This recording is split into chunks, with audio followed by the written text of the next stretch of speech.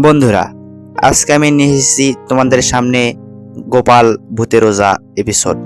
তো চলুন সবাই মনোযোগ সহকারে দেখতে থাকুন কিভাবে গোপাল ভূতের ওজা হয়ে ওঠে। তো চলুন আজকের গল্পটা শুরু করি। গোপাল একদিন ইলিশ মাছ নিয়ে হাঁটতে হাঁটতে বাজার থেকে আসে রাতের বেলা। আর টাটকা ইলিশ মাছ হয়, সেই ইলিশ মাছের অনেক সুগন্ধ ঘ্রাণ বেয়। আর ভূতের রাজা এবং ভূত সবাই মিটিং করেছিল সেই টাইমে।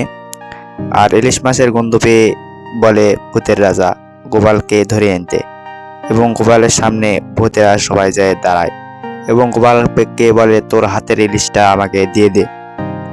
গোপাল তো কিছুতেই ইলিশ দিতে রাজি হচ্ছিল না, কারণ ইলিশ ছাড়া বাড়িতে গেলে তার গিন্নি তাকে অনেক বকবে। তাই গোপাল ভূতকে নিয়েই তার বাড়িতে যায়।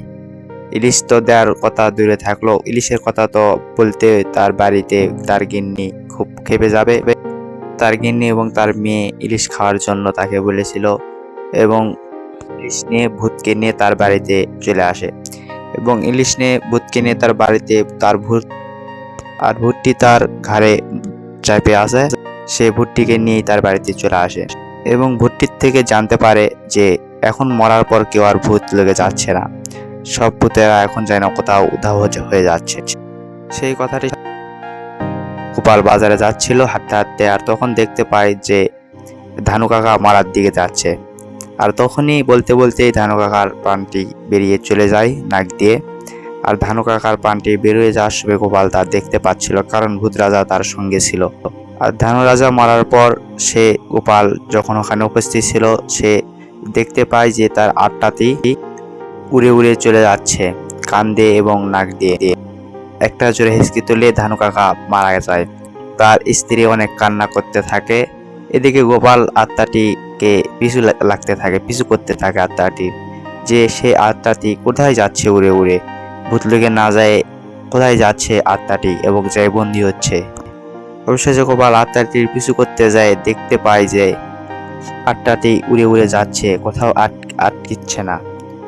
কিন্তু গোপালের মনে সন্দেহ হয় যেতে থাকে, আর দেখে যে আর কেউ না, বটা ঘটা এবং ভগবান মিলে সেই আত্মাগুলোকে একটা কাচের বোতলে বন্দি করতেছে।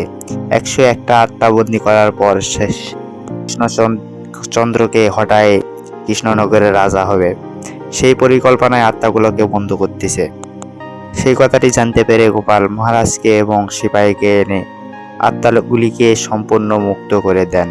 বাক্সটি ঘরের ভিতর ছিল, সেই বাক্সটি বের করে এনে সম্পূর্ণ আত্মাগুলিকে গোপাল খোলা আকাশে মুক্ত করে দেন। এবং এভাবেই তাদের বটাফটা কিছু করতে পারল না। আর গোপাল আত্মাগুলোকে বাক্স খুলে বাক্সর মুখ থেকে একে একে কাঁচের বোতল থেকে সব আত্মাগুলোকে মুক্ত করে দেওয়ার পরে সব আত্মাগুলোকে গোপাল বলল যে তোমরা এখন মুক্ত, তোমরা খোলা আকাশে ওড়ো, আর তোমরা কাউকে কোনো ক্ষতি করবে না। তখন থেকেই গোপালের কথা ভূতগুলো শুনতে থাকে, আর গোপাল ভূতের ওঝা হয়ে যায়। আর এদিকে আমার গল্পটিও শেষ হয়। বন্ধুরা ভালো থাকবেন এবং চ্যানেলটিকে সাবস্ক্রাইব করবেন। ধন্যবাদ।